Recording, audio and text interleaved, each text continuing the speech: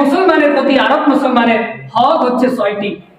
1 নম্বর, যখন তোমাদের কোনো মুসলমান ভাইয়ের সাথে সাক্ষাৎ হবে তখন তোমরা তাকে কি করবা? সালাম দিবা, পরিচিত হোক অপরিচিত হোক। 2 নম্বরে, রোগীকে দেখতে যাওয়া, কোনো রোগাক্রান্ত ব্যক্তিকে, অসুস্থ ব্যক্তিকে দেখতে যাওয়া। 3 নম্বর হচ্ছে কোনো মানুষ মারা গেলে জানাজায় অংশগ্রহণ করা।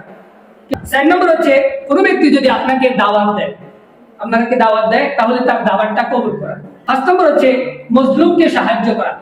6 নম্বর হচ্ছে হাসির জবাব দেওয়া। কোনো মুসলমান যদি হাসি দেয় তাহলে হাসি দেওয়ার পরে এখন আপনি যদি হাসিটা শুনেন তাহলে আপনি আলহামদুলিল্লাহ বলবেন, আর যদি সে বলে দেয় আলহামদুলিল্লাহ তাহলে আপনি বলবেন ইয়ারহামুকাল্লাহ। আজকে সূরাতুল বাকারার 21 নম্বর আয়াত থেকে আমরা আলোচনা শুনবো। আল্লাহ তাআলা আমাকে বলার এবং আপনাদেরকে শোনার তৌফিক দান করুন।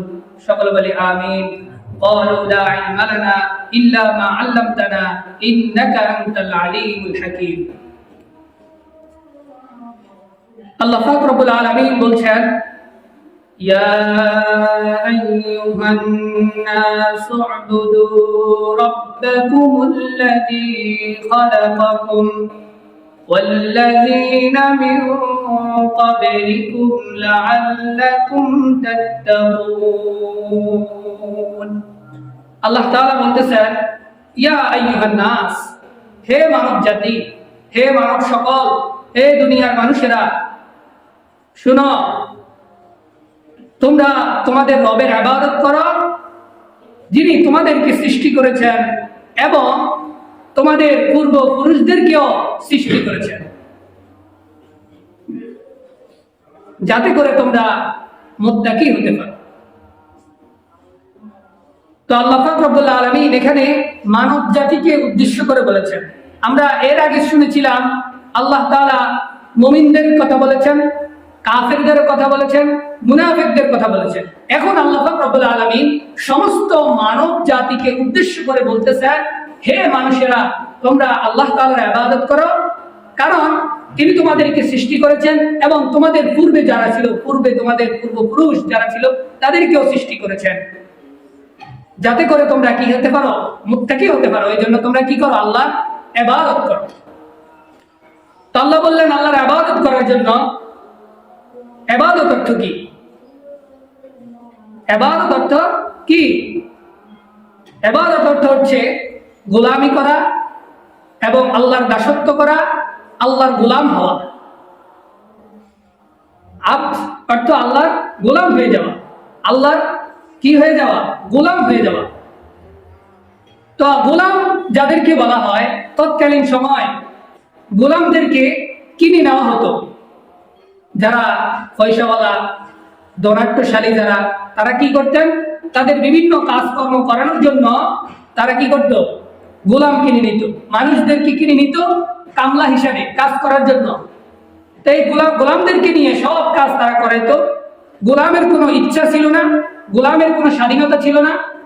মালিক যেভাবে গোলামকে চলার জন্য বলতো সে ওইভাবেই চলতো, তার কোনো স্বাধীনতা ছিল না। সে নিজ থেকে কোনো কিছু করার এখতিয়ার ছিল না, নিজে নিজে যে কোনো কিছু করবে এইরকম স্বাধীনতা তার ছিল না। তাকে তার মালিক যেটা করার জন্য বলবে সেটাই করবে, বাকিটা সে করতে পারবে না। এই ছিল গোলামের অবস্থা। এখনকার সময় দেখবেন আমাদের বাংলাদেশ থেকে এই যারা বিদেশে যায়, এক হিসাবে তাদেরকে এক কফিল থেকে আরেক কফিল কিনে নেয় না? কিনে নিয়ে তাদেরকে গোলাম হিসাবে কাজ করা, যে এই মালিকের আন্ডারে এতদিন কাজ করতে হবে, তারা আকামা করে দেয়, ঠিক না? তো এরকম ভাবে গোলাম যারা, তাদের কোনো ইচ্ছা থাকে না, স্বাধীনতা থাকে না। তো আব্দুল শব্দের অর্থ হচ্ছে গোলাম হওয়া, আল্লাহর আবেদ হওয়া, আল্লাহর গোলাম হয়ে যাওয়া। তো এই জন্য গোলাম যেরকম ভাবে কিনে নেয় মানুষ, তো আল্লাহ পাক রব্বুল আলামিনও এরকম কি করেছেন? আমাদেরকে কিনে নিয়েছেন। কিভাবে আল্লাহ পাক রব্বুল আলামিন আমাদেরকে কিনে নিয়েছেন?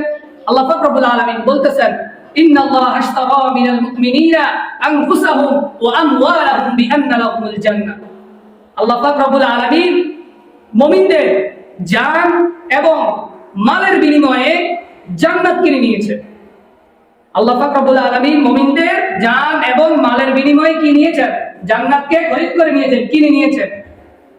অর্থাৎ আমরা আল্লাহ পাক রব্বুল রব্বুল আলামিনের কাছে আমাদের জান এবং মাল, ইমানদারের জান এবং মাল বিক্রি করবেন কার কাছে?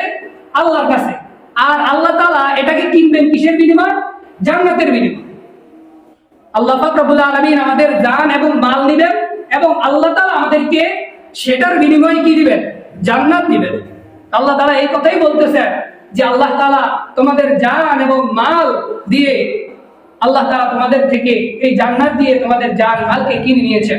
তো আমরা এখন যেহেতু আল্লাহর গোলাম হয়ে গেলাম, আল্লাহ আমাদেরকে কিনে নিয়েছেন, আমাদের জানও কিনে নিয়েছেন, আমাদের মানও কিনে নিয়েছেন, এখন আমরা আল্লাহর গোলাম হয়ে গেলাম। এই জন্য আমরা আল্লাহর কি করতে হবে? গোলামি করতে হবে। এখন গোলামের কাজ, গোলামের দায়িত্ব হলে গোলাম কাজ করে মালিকের, কি করে? কাজ করে। এখন আমরা যেহেতু আল্লাহ তাআলার গোলাম, তো আমাদেরকেও কি করতে হবে? আল্লাহ তাআলার কাজ করতে হবে। আর আল্লাহ পাক রব্বুল আলামিনের কাজ করা মানে আল্লাহ তাআলার ইবাদত। আল্লাহ তাআলার কাজ করা মানে আল্লাহর ইবাদত করা। তো ইবাদত আমরা কিভাবে করব? ইবাদত কাকে বলে? তো ইবাদতে হচ্ছে দুই প্রকার। ইবাদত হচ্ছে কয় প্রকার? দুই প্রকারের ইবাদত। একটা হচ্ছে হাক্কুল্লাহ আর আরেকটা হচ্ছে হাক্কুল ইবাদ। একটা হচ্ছে আল্লাহ তাআলার হক, আল্লাহ তাআলার ইবাদত। এই ইবাদতের ভিতরে কাউকে শরীক করা যাবে না, এটার ভিতরে কাউকে ঢুকানো যাবে না এবং কারো উপাসনাও করা যাবে না। এটা শুধু আল্লাহর জন্য খাস, হাক্কুল্লাহ, আল্লাহর হক। ইবাদতের এক নম্বর কথা হাক্কুল্লাহ, আল্লাহর ইবাদত, আল্লাহর হক। এখন আল্লাহর হকের ভিতরে কি কি? আল্লাহর হকের ভিতরে হচ্ছে যেমন আমরা নামাজ পড়ি, আমরা রোজা রাখি, আমরা হজ করি, এগুলো হচ্ছে আল্লাহ তাআলার হক। এগুলা কার হক? আল্লাহর হক। এগুলোর ভিতরে কোনো বান্দার হক নাই। এগুলা আল্লাহ তাআলার সাথে বান্দার সাথে সরাসরি সম্পর্ক। এর বিনিময়ে আল্লাহ পাক রব্বুল আলামিন বান্দাদের কি কি করে দিবেন? ইচ্ছা করলে কেউ যদি ঈমান আনার পরে সে অসুস্থ ব্যক্তি, রোগাক্রান্ত ব্যক্তি, তার দ্বারা হয়তোবা ঠিকমতো আল্লাহর বন্দেগী করা সম্ভব হয় না, রোজা রাখার সামর্থ্য তার নাই, হজ করার সামর্থ্য তার নাই, নামাজ পড়েছে আবার কিছু কিছু সময় কাজা করে ফেলেছে, এই জন্য আল্লাহ পাক রব্বুল আলামিন কিয়ামতের ময়দানে ইচ্ছা করলে ওই বান্দাকে মাফ করে দিতে পারে। আল্লাহ তাআলা ইচ্ছা করলে তাকে কি করে পারে? মাফ করে দিতে পারে। এই জন্য আল্লাহ তাআলার হক একটা। তো আল্লাহ তাআলার হকের ভিতরে যেমন জীবনের সর্বক্ষেত্রেই আল্লাহ তাআলার কর্তৃত্ব স্বীকার করা। আমার জীবনের প্রত্যেকটা মুহূর্তে কর্তৃত্ব কার? আল্লাহ। ক্ষমতা কার? আল্লাহ। সবকিছু করে কে? আল্লাহ তাআলা। সবকিছুর মালিক কে? আল্লাহ তাআলা। অর্থাৎ আমার প্রত্যেকটা জিন্দেগির প্রত্যেকটা সময়, প্রত্যেকটা কাজ, সবকিছু আল্লাহর কর্তৃত্ব থাকবে, আল্লাহর ক্ষমতা থাকবে। এখানে আমার কোনো ক্ষমতা নাই, যেহেতু আমি গোলাম। আর আল্লাহ পাক রব্বুল আলামিনের সকল আদেশ এবং সকল নিষেধগুলা মেনে চলা। আল্লাহ তাআলা আমাকে যে সমস্ত আদেশ করেছেন এগুলা পালন করা, যে সমস্ত নিষেধগুলা করেছেন ওই সমস্ত বিষয় থেকে বিরত থাকা। আর আল্লাহ পাক রব্বুল আলামিনের অনুগ্রহ কামনা করা, আল্লাহ তাআলার অনুগ্রহ কামনা করা, যে আমি এই যে ইবাদত করতেছি, এই যে আমি খাবার খাইতেছি, এই যে আমি চলাফেরা করতেছি, এই যে আমি হাঁটাচলা করতেছি, এই যে আমার ঘর বাড়ি ব্যবসা বাণিজ্য আমি যা কিছু করতেছি, এগুলা আল্লাহর অনুগ্রহ ছাড়া কিছুই হয় না। আল্লাহ তাআলা আমাকে অনুগ্রহ করেছেন বিধায় আমি এগুলা করতে পারতেছি, না হয় আমি এগুলা কিছুই করতে পারতাম না। আল্লাহ আমাকে অনুগ্রহ করে এগুলো দান করেছেন। যদি আল্লাহ আমার উপর অনুগ্রহ না করতো, ইচ্ছা করলে তো আল্লাহ তাআলা আমাকে একজন বোবা করে বানাইতে পারতো, ইচ্ছা করলে তো আল্লাহ তাআলা আমাকে একজন অন্ধ করেও দুনিয়াতে প্রেরণ করতে পারতো। আল্লাহ তাআলা তো ইচ্ছা করলে আমাকে দুনিয়াতে একটা এই নাখান্দা, যে একবারই না দাম নাই, এই সমস্ত বস্তু হিসেবে আমাকে বানাইতে, একটা জড় হিসাবে বানাতে পারতো, একটা পাতা হিসেবে বানাতে পারতো আল্লাহ তাআলা। আমাকে আল্লাহ পাক রব্বুল আলামিন আশরাফুল মাখলুকাত হিসেবে বানিয়েছেন, অনুগ্রহ করেছেন আমার উপরে। আমাকে আল্লাহ তাআলা কি করেছেন? অনুগ্রহ করে দুনিয়াতে মানুষ হিসেবে, আল্লাহর বান্দা হিসেবে, উত্তম মাখলুকাত হিসেবে দুনিয়াতে প্রেরণ করেছেন। এই জন্য আল্লাহর অনুগ্রহ কামনা করা, এটি হচ্ছে আল্লাহ তাআলার হক, আল্লাহর ইবাদত, যে আমি যা কিছু করতেছি আল্লাহর অনুগ্রহে সবকিছু হইতেছে। এটা হচ্ছে হাক্কুল্লাহ। আর আরেকটা হচ্ছে হাক্কুল ইবাদ, বান্দার হক, বান্দার হক। এখন বান্দার হক, এই বান্দার হক আবার দুই প্রকার। এক নম্বর হচ্ছে এক মুসলমানের প্রতি আরেক মুসলমানের হক, এক মুসলমানের প্রতি আরেক মুসলমানের হক। তো এক মুসলমানের প্রতি আরেক মুসলমানের হক হচ্ছে 6টি। হাদিস শরীফে রাসূল সাল্লাল্লাহু আলাইহি ওয়াসাল্লাম বলেছেন, যে এক মুসলমানের প্রতি আরেক মুসলমানের হক হচ্ছে 6টি। 1 নম্বর, যখন তোমাদের কোনো মুসলমান ভাইয়ের সাথে সাক্ষাৎ হবে তখন তোমরা তাকে কি করবা? সালাম দিবা। তখন তাকে কি করবা? সালাম দিবা। পরিচিত হোক অপরিচিত হোক, যেই অবস্থায় মুসলমান দেখবা তুমি তাকে কি করবা? সালাম দিবে। তাহলে মুসলমানের হকের ভিতরে 1 নম্বর হচ্ছে মুসলমানকে দেখলে কি করবে? সালাম দিবে। তারপরে বলেছেন 2 নম্বরে রোগীকে দেখতে যাওয়া, কোন রোগাক্রান্ত ব্যক্তিকে, অসুস্থ ব্যক্তিকে দেখতে যাওয়া। 3 নম্বর হচ্ছে কোন মানুষ মারা গেলে জানাজায় অংশগ্রহণ করা। কেউ যখন মারা যাবে আপনি শুনেছেন, এখন আপনি যদি জানাজায় অংশগ্রহণ করেন তাহলে আল্লাহ পাক রব্বুল আলামিন আপনাকে ওই যে মুসলমানের হক, এই হক আদায়ের অন্তর্ভুক্ত হিসাবে আল্লাহ তাআলা আপনাকে কি করবেন? তালিকাভুক্ত করবেন। 3 নম্বর, তাহলে জানাজায় অংশগ্রহণ করা। 4 নম্বর হচ্ছে কোন ব্যক্তি যদি আপনাকে দাওয়াত দেয় তাহলে তার দাওয়াতটা কবুল করা। কেউ আপনাকে দাওয়াত দিল, এখন আপনি তার দাওয়াতকে কবুল করবেন। 5 নম্বর হচ্ছে মজলুমকে সাহায্য করা। মজলুম, যার উপরে জুলুম করা হয়েছে, যেইভাবেই জুলুম করা হোক না, রাষ্ট্রীয়ভাবে জুলুম করা হোক, পরিবার ভিত্তিক জুলুম করা হোক, যেইভাবেই তাকে জুলুম করা হয়, ওই মজলুমকে সাহায্য করা, মজলুমের পাশে দাঁড়ানো। যদি টাকা পয়সা দিয়ে সাহায্য করতে না পারেন, ক্ষমতা দিয়ে সাহায্য করতে না পারেন, অন্তত পক্ষে মুখ দিয়ে হলেও বলা, আরে ওই ব্যক্তিটার উপরে জুলুম করা হয়েছে, এটাও সাহায্যের অন্তর্ভুক্ত। তাহলে 5 নম্বর হচ্ছে মজলুমকে সাহায্য করা। 6 নম্বর হচ্ছে হাসির জবাব দেওয়া। পুরো মুসলমান যদি হাসি দেয় তাহলে হাসি দেওয়ার পরে এখন আপনি যদি হাসিটা শুনেন তাহলে আপনি আলহামদুলিল্লাহ বলবেন। আর যদি সে বলে দেয় আলহামদুলিল্লাহ তাহলে আপনি বলবেন ইয়ারহামুকাল্লাহ, ইয়ারহামুকাল্লাহ। তাহলে হাসি এই জবাব দেওয়া। তাহলে মুসলমানের প্রতি মুসলমানের 6টি হক। 1 নম্বর সালাম দেওয়া, তারপরে রোগীকে দেখতে যাওয়া, জানাজায় অংশগ্রহণ করা, আর দাওয়াত কবুল করা, এবং মজলুমকে সাহায্য করা, আর হাসির জবাব দেওয়া। এই হচ্ছে এক মুসলমানের প্রতি আরেক মুসলমানের হক। হাক্কুল ইবাদের ভিতরে এটা। 2 নম্বর আরেক প্রকার হক হচ্ছে মানুষের, যে মানুষের প্রতি মানুষের হক, সকল মানুষের প্রতি সকল মানুষের হক।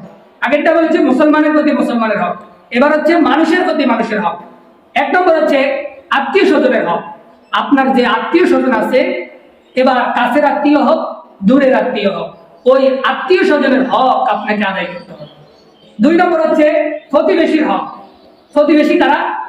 প্রতিবেশী হচ্ছে আপনার, এই আয়াতের তাফসীর মুফাসসিরিনে কেরাম বলেছেন প্রতিবেশী হচ্ছে মুসলমানের এই যে আপনার আশেপাশে 40টা বাড়ি মিলিয়ে একটা পরিবার। এই 40 বাড়ির যত লোক আছে তারা আপনার সবাই প্রতিবেশী, সবাই আপনার প্রতিবেশী। যদি আপনার আশেপাশে 40টা মুসলমান বাড়ি থাকে তাহলে এই সকল ব্যক্তিরা, সকল বাড়ির লোকেরা আপনার আত্মীয়, আপনার প্রতিবেশী। 3 নম্বর হচ্ছে দেশবাসীর হক, অর্থাৎ আপনি যে দেশের ভিতরে বসবাস করতেছেন ওই দেশবাসীর হক আছে আপনার উপরে, এই হক আদায় করা। 4 নম্বর হচ্ছে শাসক এবং জনগণের হক। শাসক তার জনগণের হক আদায় করবে, আবার জনগণ তার শাসকের হক আদায় করতে হবে। বুঝছেন তো বিষয়টা? শাসক এবং জনগণের হক। তারপরে হচ্ছে 5 নম্বর হচ্ছে অভাবী লোকের হক।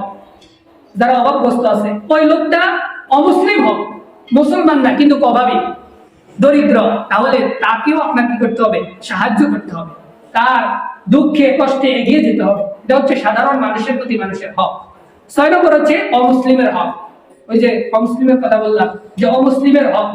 অমুসলিম যদি আপনার দেশে বসবাস করে তাহলে যে শাসক থাকবে, শাসনের এই দায়িত্ব হচ্ছে যে ওই অমুসলিমদের জান মালের কি করা? দায়িত্ব নেওয়া, তাদের উপরে জুলুম না করা। ওই যে রাসূল সাল্লাল্লাহু আলাইহি ওয়াসাল্লাম মদিনাতে যাওয়ার পরে মদিনার সনদ লিখেছিলেন।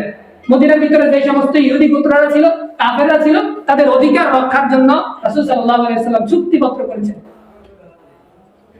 তাহলে আমরা এখানে পেলাম যে বান্দার হকের ভিতরে 2 ধরনের হক, একটা হচ্ছে মুসলমানের প্রতি মুসলমানের হক, আরেকটা হচ্ছে মানুষের প্রতি মানুষের হক। তো এই জন্য মানুষের প্রতি মানুষের হক সম্পর্কে আল্লাহ পাক রব্বুল আলামিন বলতেছেন, ওয়া'বুদুল্লাহা ওয়া লা তুশরিকু বিহি শাইআন ওয়া বিল ওয়ালিদাইনি ইহসানা ওয়া বিযিল কুরবা ওয়াল ইয়াতামা ওয়াল মাসাকিন والمساكين والجار ذي القربى والجار ذي الجنب والجار ذي القربى والجار الجنب والصاحب بالجنب وابن السبيل وما ملكت أيمانكم إن الله لا يحب من كان مختالا فخورا আল্লাহ পাক রব্বুল আলামিন বলছেন ওয়াবুদুল্লাহ, তোমরা আল্লাহ পাক রব্বুল আলামিনের ইবাদত করো, ওয়ালা তুশরিকু বিহি শাইআ, এবং তার সাথে তোমরা কাউকে শরীক করবে না। আর তোমরা কি করো? তোমাদের পিতামাতার সাথে সৎ ব্যবহার করো, উত্তম আচরণ করো, এবং আত্মীয় স্বজন, এতিম মিসকিন, নিকট আত্মীয়, দূরের আত্মীয়, অসহায়, মুসাফির, দাস দাসীর প্রতি সৎ ব্যবহার করো। আল্লাহ তাআলা বলছেন নিশ্চয়ই আল্লাহ পাক রব্বুল আলামিন দাম্ভিক অহংকারীকে পছন্দ করে না। যারা দাম্ভিক এবং অহংকারী তাদেরকে আল্লাহ পাক রব্বুল আলামিন পছন্দ করে না। তাহলে এখানে আল্লাহ তাআলা বলে দিয়েছেন আল্লাহর ইবাদত করার জন্য কারোর সাথে শরীক করা যাবে না, এবং পিতামাতার সাথে সৎ ব্যবহার করা, আত্মীয় স্বজন, এতিম মিসকিন, নিকট আত্মীয়, দূরের আত্মীয়, অসহায়, মুসাফির, দাস দাসী, এদের প্রতি সৎ ব্যবহার করা, ভালো ব্যবহার করা, উত্তম আচরণ করা, আর দাম্ভিকতা না দেখানো, অহংকারী না করা, আল্লাহ তাআলা এটাকে পছন্দ করেন না। তাহলে আল্লাহ পাক রব্বুল আলামিন আব্দ বা গোলাম হতে হলে, আল্লাহ তাআলার আব্দ বা গোলাম হতে হলে আমাদেরকে এই কাজগুলো করতে হবে। এই যে কাজগুলোর কথা বললাম, আল্লাহর হক এবং বান্দার হক, এই হকগুলো আমাদেরকে পালন করতে হবে যথাযথভাবে। যদি আমরা আল্লাহ তাআলার আব্দ হতে চাই, গোলাম হতে চাই, তাহলে এই কাজগুলো আমাদেরকে করতে হবে। কারণ আল্লাহ পাক রব্বুল আলামিনের গোলাম হতে পারলেই জান্নাত, আল্লাহর গোলাম হতে পারলেই কি জান্নাত। কারণ আল্লাহ পাক রব্বুল আলামিন বলে দিয়েছেন ফাদখুলি ফি ইবাদি ওয়াদখুলি জান্নাতি, ফাদখুলি ফি ইবাদি। আল্লাহ তাআলা কিয়ামতের দিন বলবেন যে ফাদখুলি ফি ইবাদি, তোমরা আমার বান্দাদের কাতারে শামিল হয়ে গেছো, আমার বান্দা হয়ে গেছো, এখন তোমাদের করণীয় হচ্ছে ওয়াদখুলি জান্নাতি, তোমরা আমার জান্নাতের ভিতরে প্রবেশ করে যাও, জান্নাতে ঢুকো। তাহলে আমাদের দায়িত্ব হচ্ছে দুনিয়াতে একটা, সেটা কি? আল্লাহর গোলাম হওয়া। কি হওয়া? আল্লাহর গোলাম হওয়া। আল্লাহর গোলাম হওয়ার জন্যই আল্লাহ আমাদেরকে দুনিয়াতে প্রেরণ করেছেন, অন্য কোনো কিছুর জন্য আল্লাহ আমাদেরকে দুনিয়াতে প্রেরণ করে নাই। আমরা তো এখন দুনিয়াতে এসে আমাদের দুনিয়ার জাগজিক, তারপরে দুনিয়ার এই সমস্ত আরাম আয়েশ ভোগ বিলাস এগুলো দেখে আল্লাহর যে গোলাম হতে হবে এটাই আমরা ভুলে গেছি। এখন আমরা গোলাম হয়ে গেছি কার? এখন আমরা গোলাম হয়ে গেছি নিজের নফসের। নফস যা করে আমরা তাই শুনি, এবং গোলাম হয়ে গেছি আমরা আমাদের শাসকগুলা নফসে, এবং আমরা কি হয়ে গেছি? আমরা আমাদের যে বড় লোক শ্রেণীর লোক আছে তাদের গোলাম হয়ে গেছি। তারা আমাদেরকে যেভাবে উঠতে বলে আমরা উঠি, যেভাবে বসতে বলে আমরা ওইভাবে বসি। আমরা গোলাম হয়ে গেছি আমাদের ক্ষমতাসীন যারা আছে তাদের গোলাম হয়ে গেছি। হ্যাঁ, আমাদের যারা আমাদের কর্তৃত্ব করে আমরা তাদের গোলাম হয়ে গেছি। আমার দলের প্রধান আমাকে যেভাবে চলতে বলবে আমি ওইভাবেই চলবো। যদি বলে তোমাকে নামাজ পড়ার দরকার নাই, এখন মিটিং আছে, তাহলে নামাজ পড়া বাদ, আমি এখন মিটিং এ করেন এরকম। নামাজ নাই, কালাম নাই, হ্যাঁ, আমার ভাই তোমার ভাই অমুক ভাই অমুক ভাই, ফুলের মতো কবিতা কয় না নি, কিন্তু নামাজ নাই, কিচ্ছু নাই। ওই যে মানুষের গোলামি করে, এখন আল্লাহর গোলাম হওয়া বাদ দিয়ে আল্লাহ বলছে আমার গোলাম হও, জান্নাতে প্রবেশ করো।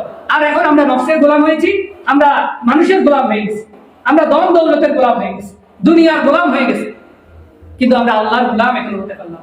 এই জন্য আল্লাহ পাক রব্বুল আলামিন আমাদের সকলকে আল্লাহ তাআলার গোলাম হিসেবে কবুল করেন। সকলে বলি আমিন। আল্লাহ তাআলার গোলাম হওয়ার জন্য আল্লাহ তাআলা আমাদেরকে তৌফিক দান করেন। সকলে বলি আমিন। তাহলে 21 নম্বর আয়াত আল্লাহ পাক রব্বুল আলামিন কি বলেছেন? যে তোমরা হে মানুষ সকল, তোমরা কি করো? আল্লাহর ইবাদত করো, তোমাদের রবের ইবাদত করো, এবং তিনি তোমাদেরকে সৃষ্টি করেছেন, তোমাদের পূর্বপুরুষদেরকেও সৃষ্টি করেছেন যাতে তোমরা মুত্তাকি হতে পারো। এই জন্য তোমরা আল্লাহর ইবাদত করো। তারপরে আয়াতে আল্লাহ পাক রব্বুল আলামিন বলছেন الذي جعل لكم الأرض فراشا والسماء بناء وأنزل من السماء ماء فأخرج به من الثمرات رزقا لكم فلا تجعلوا لله أندادا وأنتم تعلمون আল্লাহ পাক রব্বুল আলামিন বলে দিচ্ছেন, আল্লাহ তাআলা তোমাদের জন্য এই জমিনটাকে বিছানা হিসাবে বানিয়ে দিয়েছেন। আল্লাযী জাআলা লাকুমুল আরদা ফিরাশা, অর্থাৎ আল্লাহ তাআলা এই যে তোমাদেরকে জমিন দিয়েছেন, এই জমিনটাকে তোমাদেরকে বিছানা হিসেবে বানিয়ে দিয়েছেন। ওয়াস সামাআ বিনাআ, এবং তোমাদেরকে আল্লাহ তাআলা আকাশটাকে ছাদ হিসেবে বানিয়ে দিয়েছেন। ওয়া আনজালা মিনাস সামাই মাআন ফাআখরাজা বিহি মিনাস সামারাতি রিজকান লাকুম, এবং ওই আকাশ থেকে আল্লাহ পাক রব্বুল আলামিন তোমাদের জন্য বৃষ্টি বর্ষণ করেন। এই বৃষ্টি থেকে ফল ফসল উৎপাদন করে দিয়েছেন, যাতে করে তোমরা খাদ্য হিসাবে এগুলাকে গ্রহণ করতে পারো। তাহলে আল্লাহ পাক রব্বুল আলামিন বলে দিচ্ছেন যে তোমাদের জন্য আমি আকাশকে কি বানিয়ে দিয়েছি? আকাশকে ছাদ বানিয়ে দিয়েছি। জমিনকে কি বানিয়ে দিয়েছি? বিছানা বানিয়ে দিয়েছি। আর এই আকাশ থেকে তোমাদের জন্য কি বর্ষণ করা হয়? বৃষ্টি বর্ষণ করা হয়, পানি বর্ষণ করা হয়। আর এই বৃষ্টি থেকে তোমাদের জন্য ফল ফসল এগুলা উৎপাদন হয়, এবং তোমরা এগুলা থেকে খাদ্য গ্রহণ করো। কত সুন্দর কথা আল্লাহ পাক রব্বুল আলামিন। দেখেন, এই যে আকাশটাকে বলা হয়েছে পিতা, এবং জমিনটাকে বলা হয়েছে মাতা, মা। অর্থাৎ আকাশটা হচ্ছে পিতার মতো, আর জমিনটা হচ্ছে মায়ের মতো। তাফসীর কারকরা লিখেছেন এই আয়াতের ব্যাখ্যায় যে অর্থাৎ পিতার যখন শরীর থেকে নাপাক পানি দ্বারা মায়ের রেহেমের ভিতরে ঢুকে যখন সন্তান জন্ম হয়, সন্তান ভূমিষ্ঠ হয় যেরকম ভাবে, ঠিক ওই রকম ভাবে আকাশ থেকে আল্লাহ পাক রব্বুল আলামিন যখন পানি বর্ষণ করান, তখন এই জমিনের ভিতরে যখন পড়ে, ওই পানি থেকে আল্লাহ পাক রব্বুল আলামিন জমিনকে ভেদ করে, জমিন ভেঙে ওই জমিন থেকে আল্লাহ তাআলা গাছ বাইর করে দেন, ফসল কি করেন? ফলান, এবং ওই ফসল থেকে আমরা ফল ফলাদি রিজিক খাদ্য এগুলা গ্রহণ করে থাকি। সুবহানাল্লাহ। এজন্য আকাশ হচ্ছে পিতার মতো, বাপের মতো, আর জমিন হচ্ছে মায়ের মতো।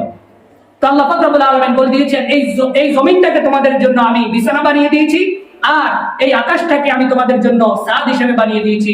আর ওই আকাশ থেকে আমি বৃষ্টি বর্ষণ করি, এবং ওই বৃষ্টির পানি দিয়ে আমি কি করি? ফসল উৎপাদন করি, যাতে করে তোমরা এগুলা থেকে খাদ্য গ্রহণ করতে পারো। এই জন্য আল্লাহ বলতেছেন, ফালা তাজআলু লিল্লাহি আনদাদা, অতএব তোমরা আল্লাহর সাথে কাউকে সমকক্ষ মনে করো না। ওয়া আনতুম তাআলামুন, কারণ তোমরা জানো যে আল্লাহর সমকক্ষ কেউ নাই। আল্লাহ সমকক্ষ কেউ নাই। এই যে আকাশের কথা বললেন আল্লাহ পাক রব্বুল আলামিন, জমিনের কথা বললেন, এই যে আকাশটাকে আল্লাহ পাক রব্বুল আলামিন কি দিয়ে বানাইছেন, কেমন ভাবে বানাইছেন, এটা একমাত্র আল্লাহ পাক রব্বুল আলামিন জানেন। এটা কারো জানার বিষয় না। কারণ বলেছেন, কেউ যদি প্রথম আসমানে যেতে চায় জমিন থেকে, তাহলে প্রথম আসমানের দূরত্ব হচ্ছে 500 বছরের রাস্তা। এখন একটা মানুষ কি 500 বছর এই হায়াত পায়? আরে 500 বছর তো এই দুনিয়ার হিসেবে 500 বছর না, আখিরাতের হিসাবে। অর্থাৎ আখিরাতের একদিন দুনিয়ার 1000 বছরের সমান, ওই হিসাবে 500 বছর। এটা দুনিয়ার 500 বছর হিসাবে। ওই পরিমাণ কেউ হায়াত পাবেও না, আর কারো সাধ্য কুলাবেও না প্রথম আসমানে যাওয়া। বিজ্ঞানীরা এখন আমাদের মহাশূন্যে বিভিন্ন রিসার্চ করতেছে, তারা দেখতেছে, কিন্তু তাদের পক্ষে সম্ভব হবে না প্রথম আসমানে যাওয়া, ওইখানে কি আছে দেখা। আমাদের যে মহাশূন্য, এটাই তো এখনো বিজ্ঞানীরা কোনো কিছুই কুল পায় নাই, কি আছে না আছে। তারপরে জমিনটাকে আল্লাহ তাআলা আমাদের জন্য বিছানা বানিয়ে দিয়েছেন। আমাদের এই জমিনটা আল্লাহ তাআলা এই উম্মতের জন্য আরো একটা জিনিস দান করেছেন। কি? আগেকার উম্মতেরা যদি ইবাদত করতে হতো, তাহলে তাদের জন্য নির্দিষ্ট জায়গা ছিল। আগের যে উম্মতরা ছিল, ওই উম্মতের ইবাদত করার জন্য নির্দিষ্ট জায়গা ছিল। অর্থাৎ এই জায়গায় ছাড়া অন্য জায়গায় তারা ইবাদত করতে পারবে না। কিন্তু আল্লাহ পাক রব্বুল আলামিন আমাদের জন্য পুরো জমিনটাকে আল্লাহ তাআলা কি করে দিয়েছেন? সেজদার জায়গা বানিয়ে দিয়েছেন। যখন জমিনে কেউ কাজ করতে যায়, কৃষকরা আযান দিয়েছে, হ্যাঁ, গামছা একটা বিছিয়ে দিয়ে ওযু করে নামাজ আদায় করে ফেলেছে, ওইখানে তার নামাজ হয়ে যাবে, নামাজ হয়ে গেছে। এটা শুধু আমাদের জন্য আল্লাহ তাআলা স্পেশাল ভাবে দান করেছেন, অন্য কোনো উম্মতকে এটা আল্লাহ তাআলা দান করেন। কত রহম করেছেন আল্লাহ তাআলা আমাদের উপর। আগেকার উম্মতের শরীয়ত অনেক কঠিন ছিল, এত কঠিন ছিল, যদি কারো কাপড় নাফাক হয়ে যেত, তাহলে এমন বিধান ছিল যে তার ওই নাফাক কাপড়ের জায়গাটাকে কেটে মানে হালাই দিতে হইবে। কাপড়ের কোন জায়গার ভিতরে নাফাকি লাগছে, এখন ওই জায়গাটা একবারে কি করতে হবে? কেটে ফালাই দিতে হবে, এরকম অবস্থা ছিল। তারপরে কারো শরীর নাফাক হয়েছে, সে কি করতে পারবে না? গোসল করা ছাড়া মসজিদে প্রবেশ করতে পারবে না। অর্থাৎ তাদের পবিত্র হচ্ছে গোসল করেই লাগবে। কিন্তু আল্লাহ তাআলা আমাদেরকে এরকম দেয়, আমরা প্রস্রাব করি, পায়খানা করি, ওযু করে সুন্দর আবার মসজিদে এসে নামাজ আদায় করতে পারি। যদি শীতের দিন, হ্যাঁ, যদি গোসল করেই যদি মসজিদে আসা লাগতো, এখন যারা মোটামুটি ফজরের সময় আসে শীতকালে, তাদেরকেও মনে হয় পাওয়া যেত না, যদি গোসল করে ফজরের সময় আসা লাগতো।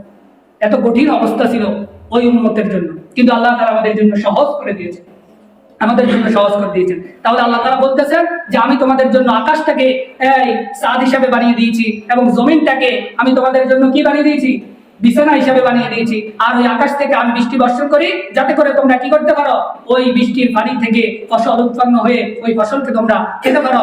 এই জন্য মনে রাখবা, তোমরা আল্লাহর সাথে কাউকে সমকক্ষ মনে করো না, কারণ তোমরা জানো যে আল্লাহর সমকক্ষে কেউ নাই। 23 নম্বর আয়াত, আল্লাহ পাক রব্বুল আলামিন বলছেন, وَإِن كُنتُمْ فِي رَيْبٍ مِّمَّا نَزَّلْنَا عَلَى عَبْدِنَا فَأْتُوا بِسُورَةٍ مِّن مِّثْلِهِ وَادْعُوا شُهَدَاءَكُم مِّن دُونِ اللَّهِ إِن كُنتُمْ صَادِقِينَ। আল্লাহ পাক রব্বুল আলামিন বলছেন, ওয়াইন কুনতুম ফি রাইবিন মিম্মা নাযালনা আলা আবদিনা, যে আমার বান্দা মুহাম্মদ সাল্লাল্লাহু আলাইহি ওয়াসাল্লামের উপর আমি যে কোরআন নাযিল করেছি, এতে যদি তোমাদের কোনো সন্দেহ থাকে, ফাতু বিসূরাতিন মিন মিসলিহি, তাহলে তোমরা এই কোরআনের মতো করে কিছু সূরা তোমরা বানিয়ে দেখাও। ওয়াদউ শুহাদাআকুম মিন দুনিল্লাহ ইন কুনতুম সাদিকিন, এই কাজ করার জন্য তোমাদের যদি কোনো সাহায্যকারী দরকার, যত রকমের সাহায্য দরকার তোমাদের সব সাহায্যকারীদেরকে আনো, যদি তোমরা সত্যবাদী হয়ে থাকো। তো এই আয়াতটা নাযিল হওয়ার শানে নুজুল আছে, অর্থাৎ এই আয়াতটা কি জন্য নাযিল হয়েছিল? রাসূল সাল্লাল্লাহু আলাইহি ওয়াসাল্লাম যখন মক্কাতে কোরআনের আয়াতগুলো প্রচার করতেছেন, কোরআনের আয়াতগুলো শোনাইতেছেন, মানুষ মুসলমান হইতেছে, মক্কার কাফেররা ওই যে রাসূলকে পাগল বলতেন, কবি বলতেন, হ্যাঁ এইভাবে গালি দিতেন, নাউজুবিল্লাহ। তো কাফেররা বলতো মুহাম্মদ সাল্লাল্লাহু আলাইহি ওয়াসাল্লাম যেগুলা বলে, এগুলা সে নিজেই কি করে, রচনা করে, নিজেই এগুলা বানায়, বানিয়ে বানিয়ে তোমাদেরকে বলে, আর তোমরা এগুলা বিশ্বাস করো। এই কথার জবাবে আল্লাহ পাক রব্বুল আলামিন এই আয়াত নাযিল করে দিয়েছেন, যে তোমরা যে বলো আমি মুহাম্মদের কাছে যে আয়াতগুলো নাযিল করি, এই আয়াত মুহাম্মদ রচনা করেছে, তাহলে তোমরা একটা কাজ করো, যে তোমরাও এই কোরআনের মতো একটা কোরআন বানিয়ে দেখাও। প্রথমে এই নির্দেশ দিলেন, পরে আল্লাহ পাক রব্বুল আলামিন বললেন, না, তোমরা এই কোরআনের 10টা সূরার মতো এরকম তোমরাও 10টা সূরা বানিয়ে দেখাও। পরে আল্লাহ পাক রব্বুল আলামিন আবার তাদের জন্য আরো সহজ করে দিয়ে বললেন, আচ্ছা ঠিক আছে, তোমরা এবার কি করো, এই কোরআনের সূরার মতো ছোট্ট একটা সূরা, বিসূরাতিন মিন মিথলিহি, একবার ছোট্ট একটা সূরা, এই সূরার মতো একটা সূরা বানিয়ে তোমরা দেখাও। যদি তোমাদের এই সূরা বানাইতে যত রকমের সাহায্যকারী দরকার, যত রকম বলার কারণ হলো, কারণ আল্লাহ পাক রব্বুল আলামিন এখানে তোমাদের যত রকম সাহায্য বলতে মানুষের কথাও বুঝাইছেন, জিনের কথাও বুঝাইছেন, যত রকমের সাহায্যকারী আল্লাহ তাআলা বুঝিয়েছেন, বলতেছেন যা দরকার সাহায্যকারী সবাইকে আনো, যদি তোমরা সত্যবাদী হয়ে থাকো। তো এই আয়াত নাযিল হওয়ার পরে রাসূল সাল্লাল্লাহু আলাইহি ওয়াসাল্লাম কি করলেন, কোরআনের ছোট্ট কনিষ্ঠ ছোট্ট যে সূরা, ওই সূরার নাম কি, সূরাতুল কাউসার। কোরআনের সবচেয়ে ছোট সূরা হচ্ছে সূরাতুল কাউসার, এবং কোরআনের সবচেয়ে বড় সূরা হচ্ছে সূরাতুল বাকারা। এই যে আমরা যে সূরা এখন আলোচনা করতেছি আজকে কয়েক জুমা ধরে, এই কোরআনের সবচেয়ে বড় সূরার নাম সূরাতুল বাকারা, এবং কোরআনের সবচেয়ে ছোট সূরা যেটা, ওইটার নাম কি, সূরাতুল কাউসার। তো আল্লাহ তাআলা এই জন্য বললেন যে তোমরা কোরআনের সবচেয়ে ছোট সূরা যেটা, ওইটা তাহলে বানিয়ে দেখো। এখন রাসূল সাল্লাল্লাহু আলাইহি ওয়াসাল্লাম কি করলেন, যে সূরাতুল কাউসার এটাকে একটা কাগজের ভিতরে লিখলেন, এবং লিখে তিনি ওই সূরাটাকে মক্কা শরীফের যে দরজা, মক্কার কাবাগরের দরজায় তিনি টাঙিয়ে দিলেন, এবং টাঙিয়ে দিয়ে বললেন যে তোমরা এই সূরার মতো একটা সূরা বানিয়ে দিয়ে দেখো। এখন মক্কার কাফের যারা ছিল, তারা এখন তাদের দেশের যে বড় বড় কবি ছিল, তখনকার সময় তাদের এক কবির নাম ছিল লাবিদ, সবচেয়ে বড় কবি আরবের। লাবিদের কাছে গেছে, সে বলতেছে আমার দ্বারা সম্ভব না, আমি বানাইতে পারবো না, অনেক চেষ্টা করছে, সে বানাইতে পারে না। এখন তারা কি করলো, তারা শুনলো যে ইয়ামামার ভিতরে একজন নবীর আবির্ভাব হয়েছে, ইয়ামামার ভিতরে একজন নবীর আবির্ভাব হয়েছে। তো ইয়ামামার যে নবী, তার নাম হচ্ছে মুসাইলামাতুল কাজ্জাব, মিথ্যা নবী, ভণ্ড নবী আর কি। তো তারা সকলে এবার এই ভণ্ড নবীর কাছে চলে গেল। ভণ্ড নবীর কাছে যাওয়ার পরে তারা বলল যে আপনি তো নবী হিসাবে কি নিজেকে দাবি করছেন? তো তো নবীদের বৈশিষ্ট্য হচ্ছে তাদের পক্ষ থেকে আল্লাহ তাআলার বাণী আসে, যেমন মুহাম্মদ সাল্লাল্লাহু আলাইহি ওয়াসাল্লামের প্রতি আল্লাহ তাআলার পক্ষ থেকে এরকম সূরা নাযিল হয়। তো তিনি আমাদেরকে একটা চ্যালেঞ্জ করেছেন যে আমরা যেন এইরকম একটা সূরা বানিয়ে তার সূরার মতো বানিয়ে দেখাইতে পারি। তো আমরা এই জন্য আপনার কাছে এসেছি, আপনি আমাদেরকে এইরকম একটা সূরা বানিয়ে দেন। তো এই যে মুসাইলামাতুল কাযযাব, এই মুসাইলামাতুল কাযযাব ছিল বন্ড নবীদের সর্দার। রাসূল সাল্লাল্লাহু আলাইহি ওয়াসাল্লামের আমলেই 60 জন বন্ড নবীর আবির্ভাব হয়েছে, 60 জন। আর এই 60 জনের ভিতরে নেতা ছিল মুসাইলামাতুল কাযযাব। মুসাইলামাতুল কাযযাব। আর দ্বিতীয় জনের নাম হচ্ছে ইয়ামানের আসওয়াদ বিন উনাসি। আর তৃতীয় জনের নাম হচ্ছে অলি আসাদি। আর 4 নম্বর যে বন্ড নবী এ ছিল মহিলা, এই মহিলার নাম ছিল সাজা।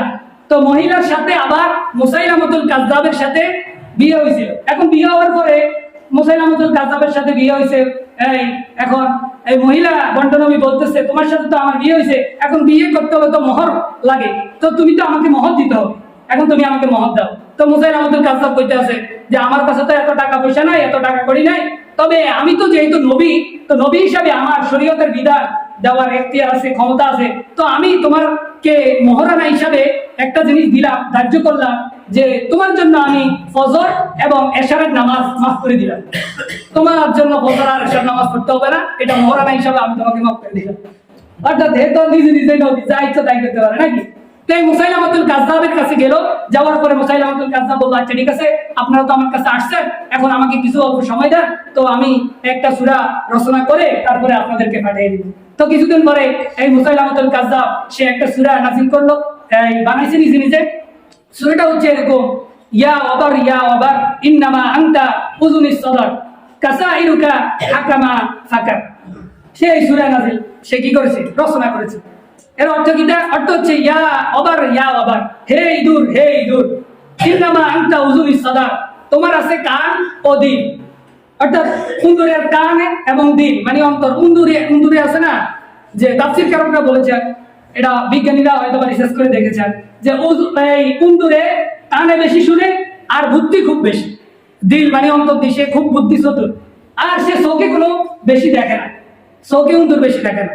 তাই জন্য সে বললো ইয়া ওয়াবার, হে উন্দুর ইন্নামা আনতা উযুনিস সাদার, তোমার আছে কান এবং দিল, কাসাইরুকা হাকারা ফাকা, আর তোমার কিছুই নেই। উন্দুরের নাম সূরা নাযিল করছে আর কিছু। তো এই মুসাইলামাতুল কাযযাব যখন এই সূরা নাযিল করলো, এই সূরা তেলাওয়াত করছে, বানাইছে, রচনা করার পরে এখন সে এই সূরা ওই আরবদের কাছে দিল। আরব থেকে তারা যারা আসছে কাফেররা, এখন তারা এই সূরা দেখার পরে, এই রচনা দেখার পরে তারা হাসতে হাসতে শেষ, নিজেরাই বলতেছে আয় হায় রে, এটা কিরকম সূরা, এইরকম সূরা যদি আমরা এই কাবার গিলাফের ভিতরে, কাবার দরজায় যদি টাঙ্গাই, তাহলে আমাদেরও তো মান সম্মান যাবে। তারা আর ওই সূরা গ্রহণ করে নাই, এই মুসাইলামার কাযযাবের সূরা আর গ্রহণ করে নাই। তারা তখন চলে গেল মক্কায়। আর যাওয়ার পরে তারা সেই কাবার দরজার সামনে নিজের ভাষায় তারা লিখে দিল লাইসা হাদা কালামুল বাশার, এটা কোনো মানব রচিত কালাম নয়। মুহাম্মদ যে কথাগুলো বলে এটা কোনো মানুষের রচিত নয়। এই জন্য আল্লাহ পাক রব্বুল আলামিন বললেন পরের আয়াতে, ফাইল্লাম তাফআলু ওয়া লাম তাফআলু ফাত্তাকুন নার আল্লাতী ওয়াকুদুহা আন-নাস ওয়াল হিজারা উইদ্দাত লিল কাফিরিন। হে কাফেররা, জেনে রাখো তোমরা যখন পারলে না, ভবিষ্যতেও কেউ পারবে না, অতএব ওই আগুন থেকে সাবধান হও, যে এই আগুনের জ্বালানি হবে মানুষ এবং পাথর, যা প্রস্তুত করে রাখা হয়েছে অবিশ্বাসীদের জন্য। অর্থাৎ যারা এই কোরআনকে অবিশ্বাস করে তাদের জন্য এটা প্রস্তুত করে রাখা হয়েছে। এখানে বলা হয়েছে যে আল্লাহ পাক রব্বুল আলামিন জাহান্নামের জ্বালানি হিসাবে পাথর এবং মানুষকে দিয়ে জাহান্নাম জ্বালাইবেন।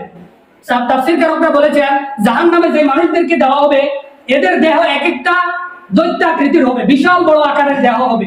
কত বড় দেহ হবে, ছোট্ট একটা উদাহরণ দিয়েছেন তারা, এই তাফসীরকাররা, যে জাহান্নামী ব্যক্তিদের এক একটা দাঁত হবে উহুদ পাহাড়ের মতো। আচ্ছা, একটা দাঁত যদি ওই উহুদ পাহাড়ের মতো, তো শরীরটা আবার কত বড়, তো যত বড় শরীর তত বড় তেল, তো তেল বেশি হলে তো আগুন বেশি করে জ্বলে। এজন্য জাহান্নামীদের শরীর দিয়ে, জাহান্নামীদেরকে দিয়ে আল্লাহ পাক রব্বুল আলামিন কি করবেন, ওই জাহান্নামকে জ্বালাইবেন এবং পাথর দিয়ে। তো আল্লাহ পাক রব্বুল আলামিন আমাদেরকে আল্লাহ তাআলা প্রত্যেকটা আদেশ নিষেধ মেনে চলার তৌফিক দান করে। সকলে বলে আমিন।